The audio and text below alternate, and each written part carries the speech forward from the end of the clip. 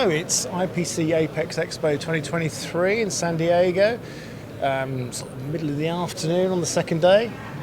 Joined by Dave Bennett from Bentec. Thanks for coming over. Pleasure.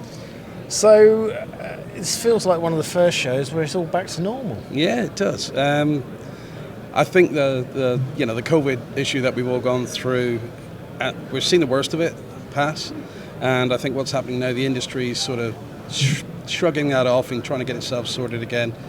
There's a lot of changes. A lot of companies bringing stuff back from Asia, manufacturing companies. That's really seems to be ramping up in the US and also in Europe. So that's interesting. Yeah. And technology-wise, we've seen a couple of new things that we'll be bringing into the UK and also into our rep network across Europe itself.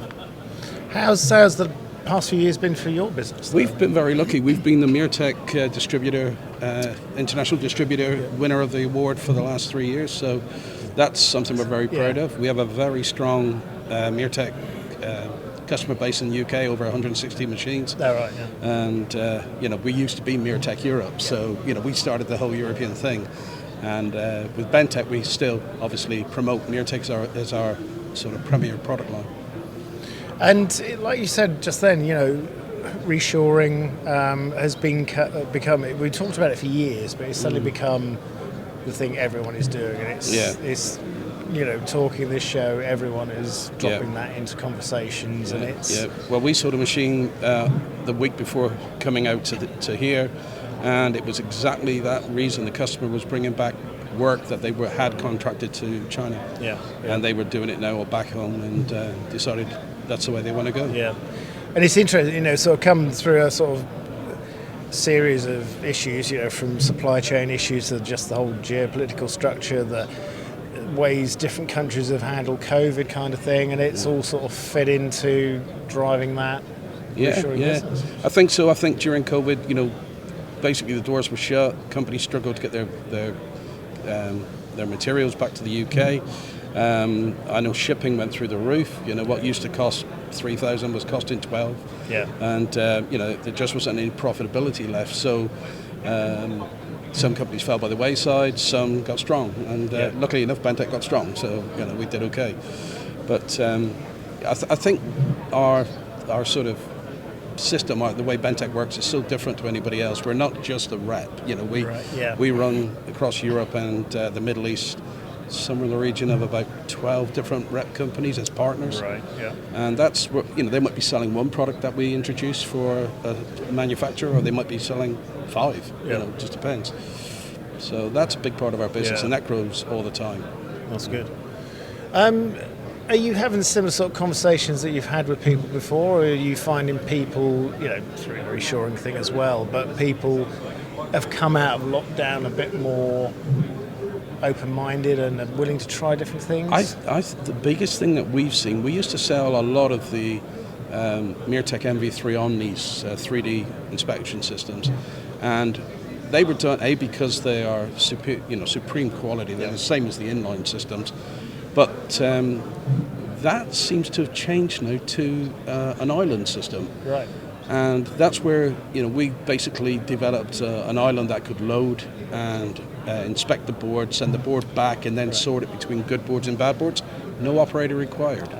And the driving force was they can't get staff. Yeah. And even if you have got staff, you're paying a person to be a loader, because that's what they're doing. The machine's doing everything else. Yeah. The machines are so advanced now. So we've actually put one of these islands into our demonstration centre in Yaxley, which is near Peterborough, right in the centre of the UK. And how many customers say, we're interested in a benchtop system, and then they come along and they see that and they say, I don't need anybody to run that, do I? And I'm like, nope, it's all done and sorted for you. Yeah. So that's a big change, because they all say the same thing. Not only is it difficult to get staff, retaining staff, it's a big issue.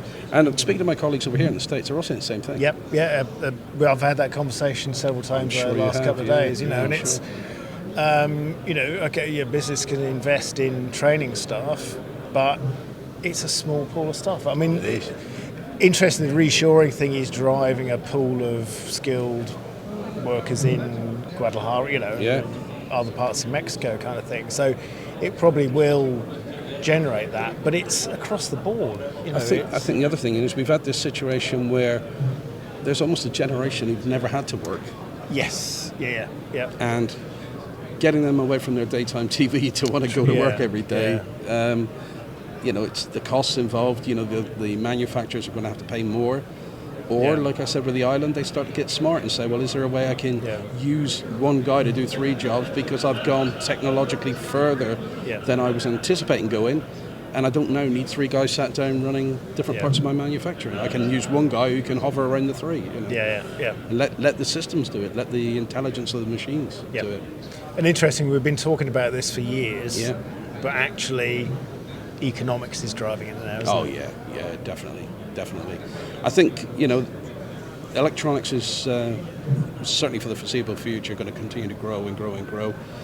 The manufacturing companies, they're happy with the growth. The problem is they have to decide, do they grow by labor or do they grow by technology? Or is it going to be a compromise between the two? Whichever way they go, it's not going to be what it was 5 years ago. No, you're right, actually, even just 5 years. 5 years is a big difference now. Big difference. And, we have, we're lucky, as I say, we've got a very strong AOI based in the UK and Ireland, 160 machines, a lot of customers. Many have got multiple machines, some have got one. And we talk to these people regularly, and, we'll be going back to all of them soon because the Bentec development team have launched a new GUI interface, which we can actually put on the older machines as well. Oh, right. So that's going to be something that we have to speak to all these customers about and say, would you like to upgrade your software? So that's going to keep us busy for a while. But it also gives them the benefit everything is under that same umbrella, isn't it? Everything's the same. They can take their, what they thought was probably getting a slightly old machine and now bring it right up to scratch. And it's, again, like you say, it's where it's changed. At one point it was people were buying things in isolation. They'd buy a particular machine kind of thing. Whereas now it's, where does it fit? How will it integrate?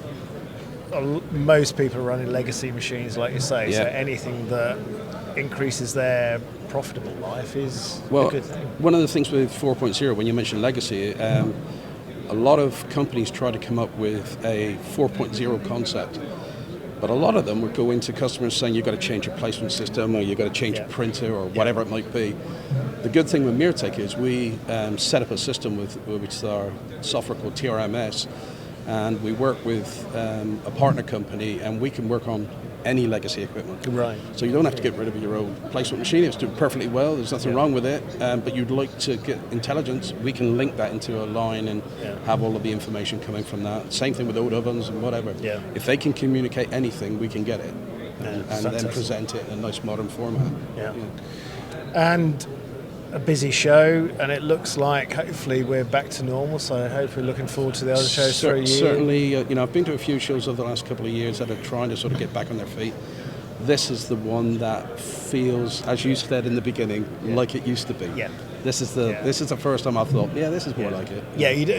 We've been, and actually, I mean, it reflects well on the industry that we realise that these kind of events are important for networking, meeting customers, meeting your competition, see what everyone's doing. Meet all your friends. Meet your friends, and everyone has got back on board, and it's actually another good thing today to see a lot of students going around. So there is a future coming through. I know exhibitors, it's always that thing, students, they don't want to buy my stuff, are they? But they're the people who'll be buying it. They're the ones for the next show and the one after. One of the things that we have found is very interesting is the interest that's growing in some of the new technologies that a year or so ago people wouldn't touch. It was all about survivability.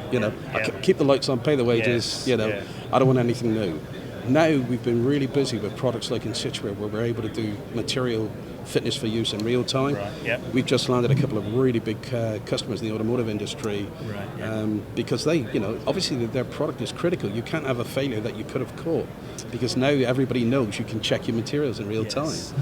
And another big one that we've seen a lot of interest growing in is the plasma cleaners. There's a lot of residue on boards and some critical issues again in manufacturing where to my knowledge, there's only one plasma cleaner that can deal with it. Right. It's based on argon, and Yeah. we're lucky enough to handle that product, and we're getting so much interest. Right. 2 years ago, nobody wanted Yeah. a new, never had it before, don't want it now. Yeah. Whereas now, they're like, I need to get rid of this problem, or I need to do this better. Yeah. So yeah, we are seeing that attitude change, Yeah. to a positive. Yeah, it's good. Which is nice. Yeah, and it's nice to see, that it has, just last year I was talking in Minneapolis, we're talking to people about, problems with inflation and potential recession. Well, that's sort of receded kind of thing, and life goes on. Yeah. Life goes on. So, tough it up, get through it. Yeah. Yeah. Well, that's people saying, well, we've been through loads of things. This is, if you're in business and you weather those storms, don't global you? pandemics, threats of third world war, all these things going on. Yeah. You either buckle or you just man up and say, no, we got to go forward. We got to look on the bright side of it and get through it all. Everybody's basically vaccinated up to the yazoo now, and they just got to tough it out. We all get rough. You get coughs and colds still. They were in existence before, so just shrug it off and go forward. So long as you've done the sensible things and looked after yourself. And it's interesting to be at a trade show where the vast majority of people aren't wearing masks. You get a few, but everyone else is sort of, let's get back to normality. Let's get back. We've all been vaccinated now. Let's get back to normality. And going to trade shows and trying to talk to customers with masks on and things. Oh, it's a nightmare.